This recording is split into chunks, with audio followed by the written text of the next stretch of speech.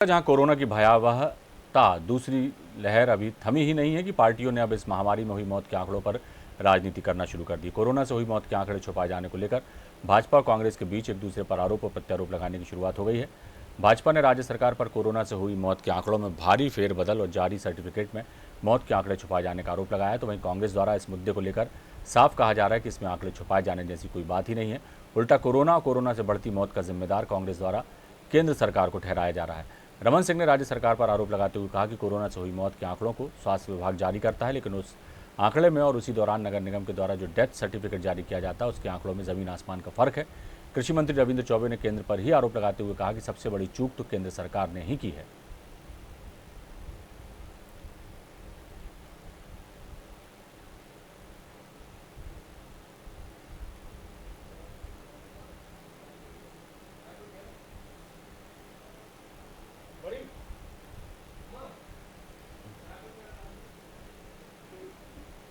पीड़ित व्यक्तियों की मौत यदि होती है और उस मौत के आंकड़े को स्वास्थ्य हेल्थ डिपार्टमेंट जारी करता है, उस आंकड़े में और नगर निगम के द्वारा उसी दौरान डेथ सर्टिफिकेट जारी जो करता है उसके आंकड़े में जो जमीन आसमान का फर्क है, ये समझ कोरोना से होने वाली मौत और जो डेथ सर्टिफिकेट मिला है होगा, इसका मतलब कहीं न कहीं विभाग के द्वारा छुपाया जा रहा है। मुझे ऐसा लगता है कि केंद्र सरकार ने बड़ी चूक कर दी। जब कोरोना का संक्रमण फैला तो पहले दिन से ही देश की सरकार ने थाली बजाने से लेकर के सारे प्रोटोकॉल और गाइडलाइन का आदेश केंद्र सरकार ने दिया। और तो और जब टीकाकरण का काम शुरू हुआ तो माननीय प्रधानमंत्री जी की तस्वीर लगा करके प्रमाण पत्र देने का भी निर्देश केंद्र सरकार ने शुरू किया।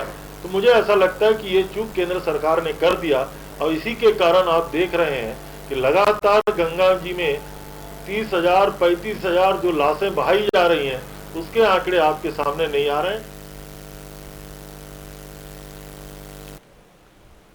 तो उत्तर प्रदेश में सियासत जारी है और इस बार बात कोरोना से हुई मौत के आंकड़ों को लेकर है, जिस पर आरोप और प्रत्यारोप का दौर जारी है। और इस खबर पर हम सीधे चलेंगे, हमारे स्टेट हेड नितिन चौबे हमारे साथ जुड़े हुए हैं। नितिन जी, अब मौत के आंकड़ों को लेकर भी सियासत शुरू हो गई है। रमन सिंह ने साफ कहा है कि जो स्वास्थ्य विभाग के आंकड़े हैं और डेथ सर्टिफिकेट के आंकड़े हैं उनमें कहीं से कहीं तक कोई समानता नहीं है। सरकार मौत के आंकड़ों को छुपा रही है, क्या कहेंगे?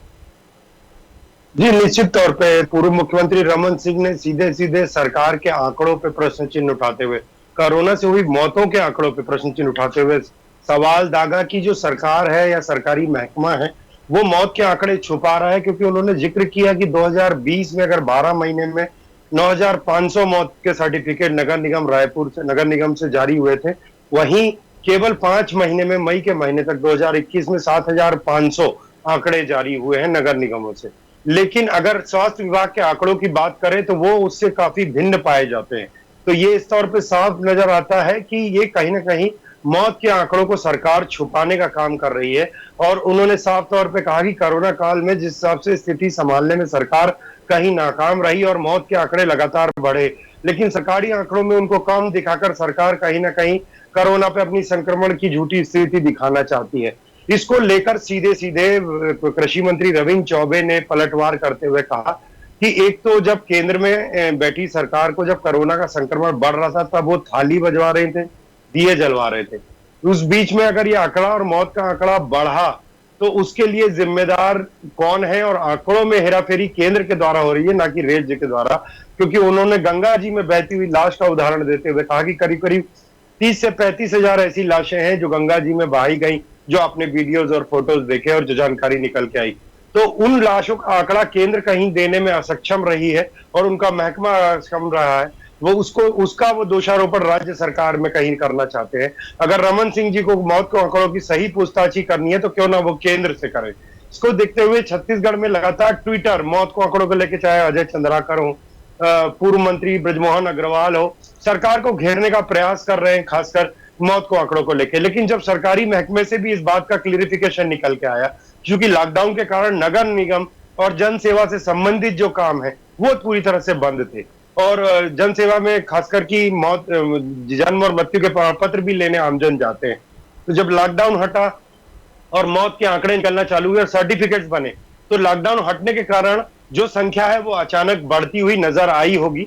पर ये भी उसमें क्लियर करना जरूरी है कि वो जो मौतों के सर्टिफिकेट निकल रहे हैं, क्या वो कोरोना से थी या अन्य किसी बीमारी से, या कोरोना के पहले होने से, या अन्य भी किसी कारणों से जो मौतें हुई हैं, उन आंकड़ों को भी जोड़कर रमन सिंह दिग्भ्रमित हो रहे हैं और साफ तौर पे जो गलतियां केंद्र सरकार कर रही है उसका दोषारोपण राज्य पे कर रहे हैं। तो ये कहीं ना कहीं बोला जाएगा कि कोरोना काल में वैक्सीन और सोशल डिस्टेंसिंग या केंद्र से आने वाली रकम को लेकर हो, या वैक्सीन कंपनियों को भेजे जाने वाले एडवांस को हो, और एक नया रूप मौत के आंकड़ों को लेकर भी शीर्ष के नेता, छत्तीसगढ़ की राजनीति के शीर्ष के नेता आपस में आरोप प्रत्यारोप देते हुए नजर आ रहे हैं। अविनाश जी, नितिन जी, लेकिन एक बात तो ये है कि यदि केंद्र और राज्य की आपस की खींचतान, कांग्रेस बीजेपी के आपसी जो वैचारिक मतभेद हैं वो, और अब इस तरह के आरोप प्रत्यारोप लग रहे हैं, और जिस तरह से डॉक्टर रमन सिंह कह रहे हैं कि स्वास्थ्य विभाग के आंकड़े कुछ कहते हैं और डेथ सर्टिफिकेट में जिस तरह का जो चीज़ें दर्ज की जाती हैं वो आंकड़े कुछ और कहते हैं, ऐसे में ये नुकसान तो उन लोगों का है जिन्होंने अपनों को खोया है।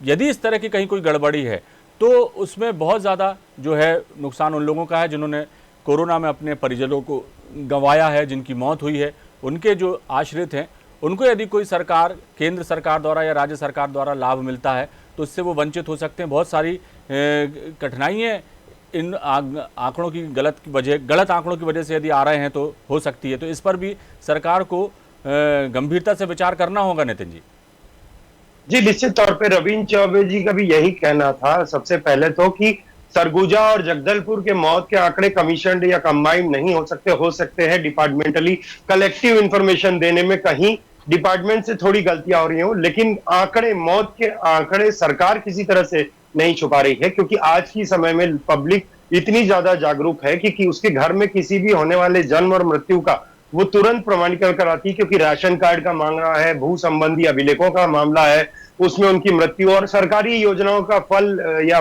किसी तरह से फायदा लेने का मामला हो, तो कोई भी व्यक्ति या किसी परिवार का व्यक्ति अगर मृत होता है तो उसका परिवार निश्चित रूप से उसका मृत्यु सर्टिफिकेट बनवाता जरूर है अन्य सरकारी योजनाओं या सरकारी जरूरतों के लिए।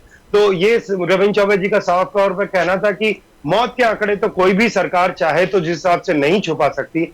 हालांकि ये जरूर हो सकता है कि केंद्र ने जो लाशें बह गई वो कई अनजान लाशें थी या उनके परिजन उस लाशों तक पहुंच पाए या नहीं पहुंच पाए, क्योंकि ये ऐसा कुछ देखने को छत्तीसगढ़ के भी कई अस्पतालों में मिला है कि लावारिश लाशें कोरोना से मौतों के कारण पड़ी रही हैं और कई समाजसेवी संगठन उन लाशों का अंतिम संस्कार करने में लगे हुए थे।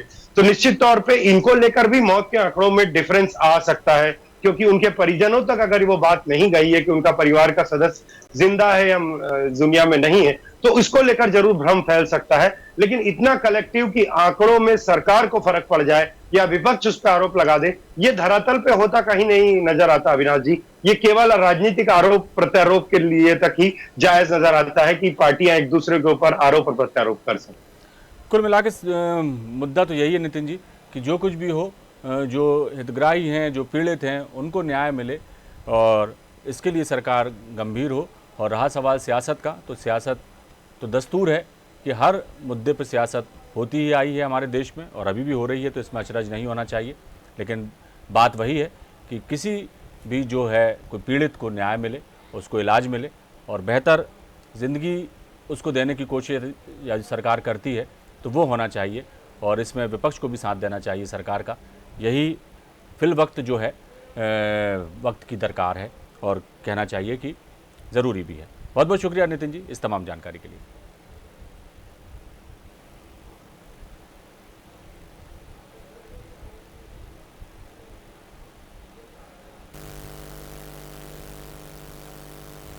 बुलेटिन में फिलहाल इतना ही, दीजिए इजाजत, बने रहिए आप हमारे साथ। खबरों का सिलसिला लगातार जारी है। नमस्कार। इस बुलेटिन के प्रायोजक थे रूप मंत्र आयुर्वेदिक फेस क्रीम। ये कोई कॉस्मेटिक नहीं, आयुर्वेदिक औषधि है।